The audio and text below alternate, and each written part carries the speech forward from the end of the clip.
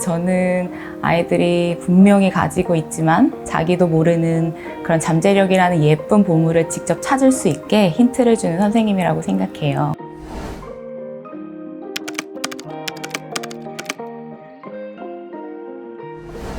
네, 안녕하세요. 느린 학습자를 위한 드림 멘토 마이페이스 프로그램에 참여하고 있는 놀이치료사 양찬미입니다. 첫인상이 부담스럽지 않은 사람으로 다가가려고 해요.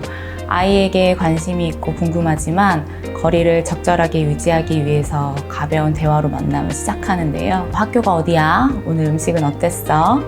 같이 소소한 주제들로 출발해서 스스로 어떻게 표현하는지를 탐색할 기회를 주려고 합니다.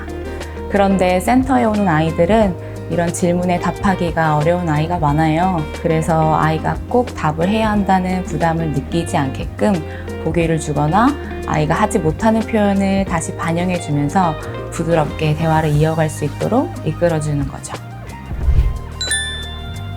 저는 정서를 다뤄줄 수 있는 반응에 집중하려고 해요. 아이가 어떤 말이나 행동을 할 때 내가 이 아이의 행동에 어떻게 반응을 해주는 것이 필요할지 살피고 또 살핍니다. 상담사는 상담 장면에서 제일 중요한 도구이기에 상담자와의 관계를 통해서 아이들은 자기 스스로를 재형성해 나가고 힘들었던 경험들을 쏟아낼 수 있습니다. 그래서 아이의 감정을 따라가 주려고 하되 정서 학습 프로그램에서는 어떤 반응과 또 개입이 필요할지 깊게 고민하고 수업에 몰입합니다. 저는 이제 아이들과 관계에서 이 적정한 선을 지키려고 하는데요. 저와의 관계에서 아이들이 정서적인 충족을 많이 받아가기 때문에 기본적으로 선생님에 대한 마음이 좀 넘쳐 흐르는 편이에요. 사랑에 빠진 눈빛을 보내기도 하고 또 반지나 꽃을 주면서 고백을 하기도 하지만 상담할 때나 상담사의 관계에 이런 부분이 영향을 미치기 때문에 조심하려고 합니다. 실제로 아이들이 저를 엄마, 할머니 이렇게 부르는 경우가 종종 있는데 그럼 저는 아이들이 저를 분명하게 인식할 수 있게끔 거리를 두고 스스로 할 수 있는 것들에 집중하도록 지지해주는 역할을 하려고 합니다. 치료가 쉽지 않을 때는 안타까운 마음이 들어요.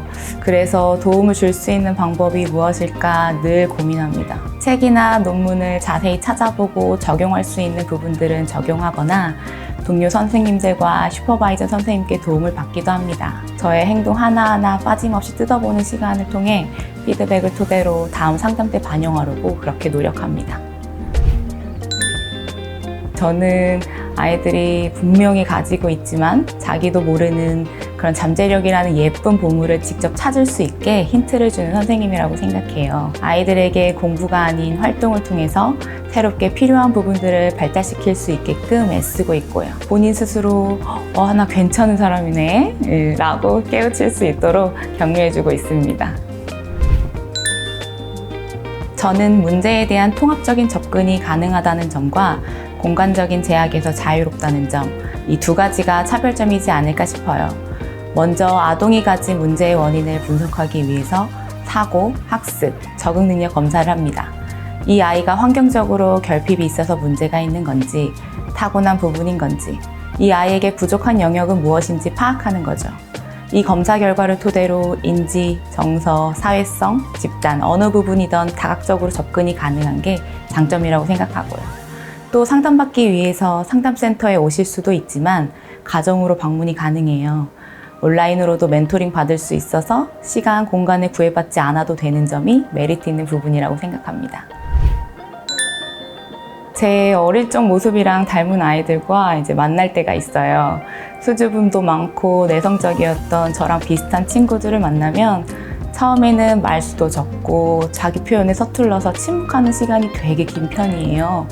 하지만 만남이 거듭되면 될수록 점점 표정이나 목소리, 자기 표현이 커지고 학교에서 인정받았던 경험도 자랑스레 이야기하기도 합니다. 친구나 타인과의 관계가 건강하게 이어지면서 편안한 상태가 된 거죠. 긴장과 불안함으로 억압되어 있던 에너지가 제대로 쓰이기 시작한 겁니다. 이러한 과정을 함께 할 수 있다는 것이 제게도 큰 보람이고 힘이 됩니다. 저는 아이들의 잠재력을 이끌어주는 선생님입니다.